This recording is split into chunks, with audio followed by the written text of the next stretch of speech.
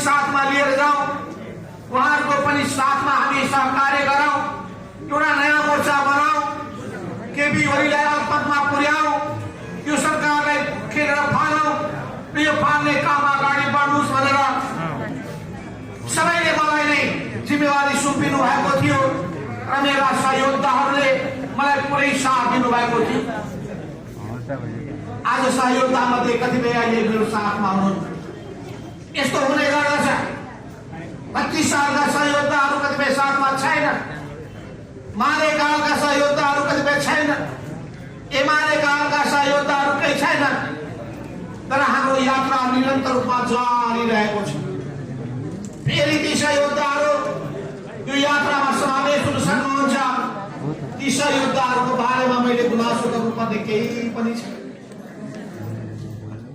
किन क्रान्तिकारी धारमा अगाडि बढ्नेले सबै चुनौतीको सामना गर्ने आँट गर्नुपर्छ। समयको माग के हो त्यो कुरा बुझ्न सक्नुपर्छ, जनताको चाहना के हो त्यो थाहा पाउनु सक्नुपर्छ, कार्यकर्ताको भावना के हो त्यो बुझ्न सक्नुपर्दछ र कार्यकर्ता र जनताको राष्ट्रको माग बमोजिम चाहना बमोजिम अगाडि बढ्ने विद्रोही चेत र आँट राख्न सक्नुपर्छ। त्यही विद्रोही चेत र आँटका साथ हामी अगाडि बढेका छौँ र हामी पुरानो लिगमा जाँदैनौँ, पुरानो बाटो पछ्याउँदैनौँ। जुन हिसाबको संस्कार, जुन किसिमको परिपाटी केपी ओलीले स्थापित गर्न खोज्नु भएको छ, योभन्दा नितान्त भिन्न हुनेछ।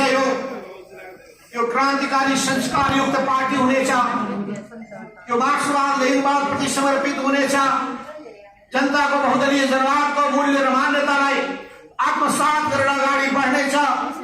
समाजवादको नेपाली मोडेल कस्तो हुनेछ भन्ने त्यो सोच अगाडि सार्नेछ र समाजवादको यात्रामा दृढताका साथ निरन्तर रूपमा अगाडि बढिरहनेछ।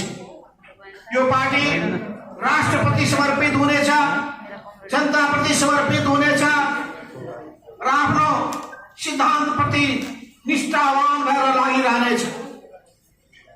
यो निजी हितको निम्ति, स्वार्थको निम्ति लाग्ने व्यक्तिहरूको जमात हुने छैन। यो असंस्कारीहरू, कुसंस्कारीहरूको झुन्ड हुने छैन। यो एउटा नेताको प्रशंसामा जमा भएको भजन मण्डली पनि हुने छैन। यहाँ कसैका फोटाहरू प्रदर्शन पनि गरिने छैन। अनि त्यो फोटाका सामु त्यसपछि त्यहाँ आरती उतार्ने काम पनि कसैले गर्ने छैन। यो मार्क्सवाद लेनिनवाद प्रति समर्पित, समाजवाद प्रति समर्पित, देश र जनता प्रति समर्पित, क्रान्तिकारी आदर्श प्रति समर्पित, उच्च नैतिकताबाट ओतप्रोत भएका, असल आचरण युक्त भएका त्यस्ता कार्यकर्ताहरूको पार्टी हुनेछ। यो जन आधारित कार्यकर्ता पार्टी हुनेछ।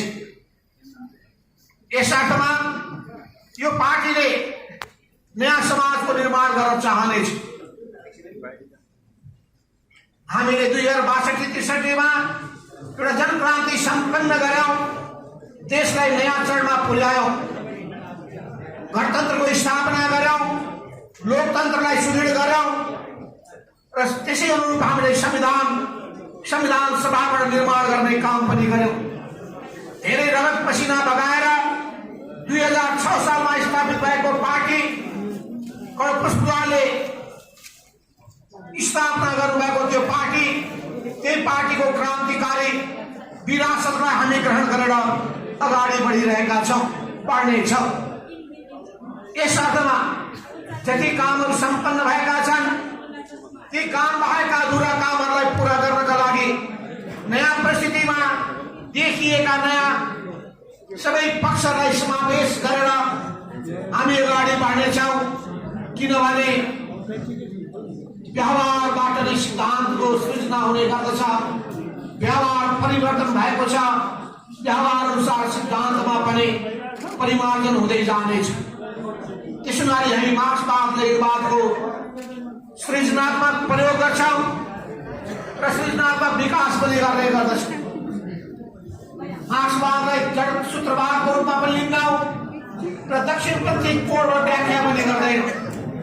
हामी दुवै खालका जीवनबाट जोगिनेछौँ। दक्षिणपन्थी अवसरवाद र उग्रवादपन्थी भड्काउवाद, यो दुईटैबाट जोगिएर हामी सृजनात्मक ढङ्गले सोच्नेछौँ।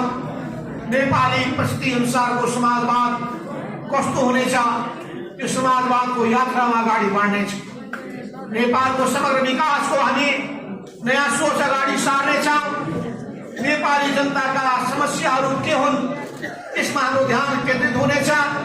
जनताका पीडा र वेदनालाई सम्बोधन गर्ने हाम्रा सम्पूर्ण क्रियाकलापहरू केन्द्रित हुनेछन्। जनतासँग हामी एकाकार हुनेछौँ। जनताका समस्यालाई आफ्नो समस्या ठान्नेछौँ। हामी त्यही सोचका आधारमा पार्टी र पार्टीले सञ्चालन गर्ने गतिविधिलाई अगाडि बढाउनेछौँ र जनताको आन्दोलनलाई, लोकप्रिय आन्दोलनलाई अगुवाई गर्ने काम पनि गर्नेछौँ। हामी जनताले चुनेर पठाइसकेपछि त्यो राज्यका ती निकायको माध्यमबाट हामी जनताको हित र कल्याणका लागि समग्र देशको अर्थतन्त्रमा आमूल परिवर्तन गर्ने ढङ्गले जानेछौँ। यसमा आर्थिक, सामाजिक, सांस्कृतिक रूपान्तरण गर्ने हाम्रो सोच हुनेछ। यही सोचका आधारमा हामी अगाडि बढिरहनेछौँ।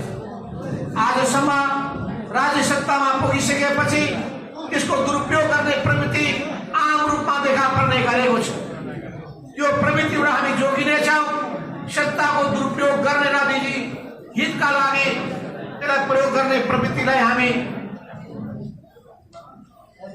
असफल पार्नेछौँ। त्यसबाट हामी जोगिनेछौँ। त्यसमा कोही पनि कार्यकर्ताहरू नफसुन् भनेर हामी विशेष ध्यान दिनेछौँ। कोही सबै विचार र मान्यताका साथ अगाडि बढ्ने, नयाँ नेपालको निर्माण गर्ने सोच र सङ्कल्पका साथ हामी आफै पनि रूपान्तरित हुनेछौँ। जनतालाई पनि त्यही हिसाबले नयाँ संस्कारयुक्त ढङ्गले यो देशको मालिकको रूपमा भूमिका निर्वाह गर्न सक्षम बनाउनेछौँ। युवा शक्तिलाई विशेष ध्यान दिनेछौँ। युवाहरू ऊर्जावान शक्तिहरू बिहानीका सूर्य जस्ता हुन्। उनीहरूको भूमिका महत्त्वपूर्ण छ।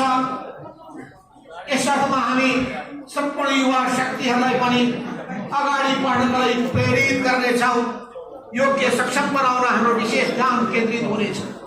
पुराना पुस्ताका अनुभवहरू, नयाँ पुस्ताका ज्ञान र उनीहरूका स्फूर्तिहरू, खुबी र क्षमताहरूको संयोजन गर्नेछौँ। हामी हाम्रो नेपाल राष्ट्रको संवेदनशीलतालाई बुझ्दछौँ। सबै छिमेकीहरूसँग हाम्रो सम्बन्ध अत्यन्तै सन्तुलित, मर्यादित रूपमा हामी सञ्चालन गर्नेछौँ। पञ्चशीलका 5 सिद्धान्तलाई, संयुक्त राष्ट्र सङ्घका बडा पत्रलाई हामी आत्मसात गर्दै अगाडि बढ्नेछौँ। हाम्रा कोही शत्रु हुने छैनन्, सबै हाम्रा मित्र हुनेछन्। यस अर्थमा हामी सबै छिमेकीहरू अन्तर्राष्ट्रिय समुदायसँग मित्रवत सम्बन्ध राख्नेछौँ। हामी चाहनेछौँ हाम्रो भावनामाथि कसैले प्रहार गर्ने काम नगरून्। हाम्रो आन्तरिक मामिलामा कसैले हस्तक्षेप गर्ने काम नगरून् र हामीले हाम्रो देशको प्रत्येक नीतिहरू स्वतन्त्रताका साथ सञ्चालन गर्ने काम गर्न सकौँ। अरू छिमेकीहरूको संवेदनशीलतालाई पनि हामी बुझ्नेछौँ र हाम्रो संवेदनशीलतालाई पनि सबैले बुझिदिउन् भन्ने कुरामा हाम्रो विशेष ध्यान रहनेछ। यस अर्थमा हामी आफ्नो भाग्य, हामी आफ्नो भविष्य आफै बनाउन सक्षम छौँ। यस अर्थमा सबैले नेपाली जनताको यो भावनालाई, देशभक्तिको भावनालाई सम्मान गरौँ। नेपालीहरूको गौरवशाली इतिहासको कदर गरौँ र हामी सबै स्वाभिमानी नेपाली भएको नाताले नेपाललाई सुन्दर बनाउन सकौँ, शान्त बनाउन सकौँ र स्थायित्व दिन सकौँ, समृद्धशाली बनाउन सकौँ, विकासको नयाँ चरणमा पुर्याउन सकौँ। त्यसले गर्दाखेरि सुखी नेपाली, समृद्ध नेपालको हाम्रो जुन सपना छ, नौ महाधिवेशनले अगाडि सारेको त्यो जुन हाम्रो परिकल्पना छ, त्यो परिकल्पनालाई साकार पार्ने हिसाबले अहिलेसम्म हामी पार्टीको 9 महाधिवेशनको राजनीतिक दिशालाई आत्मसात गर्दै त्यसलाई अहिले परिमित परिस्थिति अनुसार फेरि परिमार्जन गर्दै हामी अगाडि बढ्नेछौँ। र यसै सन्दर्भमा हामी पार्टीको एउटा विशाल कार्यकर्ताहरूको भेला गर्नेछौँ, जसलाई राष्ट्रिय सम्मेलनको रूपमा हामी अगाडि सार्नेछौँ। त्यो राष्ट्रिय सम्मेलनमा हामी आफ्ना विचार मान्यताहरू प्रतिवेदनको रूपमा अगाडि सार्नेछौँ अनि त्यहाँबाट हामी नयाँ नेतृत्वको निर्वाचन गर्नेछौँ। अहिले जुन निर्वाचन आयोगमा हामीले केन्द्रीय कमिटीको सदस्यको नामावली दिएका छौँ, यो 20 अवधिको नामावली मात्रै हुनेछ। उहाँले पनि सक्रियताका साथ आफ्नो आफ्नो जिम्मेवारी पूरा गर्नुहुनेछ र अरू सबै वामपन्थी शक्तिहरूसँग हामी सहकार्य गर्न र वामपन्थी लोकतान्त्रिक शक्तिहरूसँग हामी सहकार्य गर्नेछौँ। अहिलेको सत्ताधारी पार्टी नेपाली कांग्रेस, सत्ताधारीहरू गठबन्धन नेकपा माओवादी केन्द्र र त्यसै गरी जनता समाजवादी पार्टी, यी सबैसँग हामी सहकार्य गर्नेछौँ। सत्ताभन्दा बाहिर भएका अरू वामपन्थी लोकतान्त्रिक शक्तिहरूसँग पनि हामी सहकार्य गर्नेछौँ र हामी चाहनेछौँ यो वाम लोकतान्त्रिक गठबन्धन अगाडि बढोस् र यो अगाडि बढ्दै गएर राष्ट्र जनताका समस्यालाई समाधान गर्नका लागि सबैले आफ्नो तर्फबाट रचनात्मक सृजनात्मक भूमिका निर्वाह गर्न सकुन्। यस हिसाबले हामी यो नेपाललाई र नेपाली जनतालाई वास्तवमा सुन्दर भविष्यको दिशामा सुन्दर निर्माण, नयाँ र सुन्दर इतिहास निर्माण गर्न सकुन्, गौरवमय इतिहासको रचना गर्न सकुन् भन्ने उद्देश्य राखेर अगाडि बढ्नेछौँ। यस कार्यमा नेपाली पत्रकार जगतको पूरा साथ सहयोग हामीले पाउनेछौँ भन्ने विश्वास राख्दै र हाम्रो यो सबै भावनालाई तपाईँले राम्ररी बुझ्नु भएको छ भन्ने कुरा समेत ठान्दै तपाईँहरूको सहयोग जसरी विगतको दिनमा हामीले पाएका थियौँ आउँदा दिनमा पनि पाइरहनेछौँ। सिङ्गो नागरिक समाजको पनि सहयोग हामीले जसरी पाउँदै आएका छौँ, समर्थन हामीले पाउँदै आएका छौँ। समाजका सबै तबकाहरू, मजदुर, किसान, निम्न पुँजीपति वर्ग, राष्ट्रिय पुँजीपति वर्ग, मध्यम वर्ग र सबै बौद्धिक समुदायहरू, देश विदेशमा रहेका नेपालीहरू र हाम्रा सबै मित्र, अन्तर्राष्ट्रिय कम्युनिस्ट आन्दोलनदेखि लिएर नेपाललाई माया गर्ने सबैको साथ र सहयोग हामीले पाइरहनेछ विश्वास व्यक्त गर्दै तपाईँलाई यहाँ आइदिनु भएकोमा धन्यवाद दिँदै म आफ्नो विचार यहीँ टुङ्ग्याउन चाहन्छु। उहाँको धन्यवाद। नमस्कार।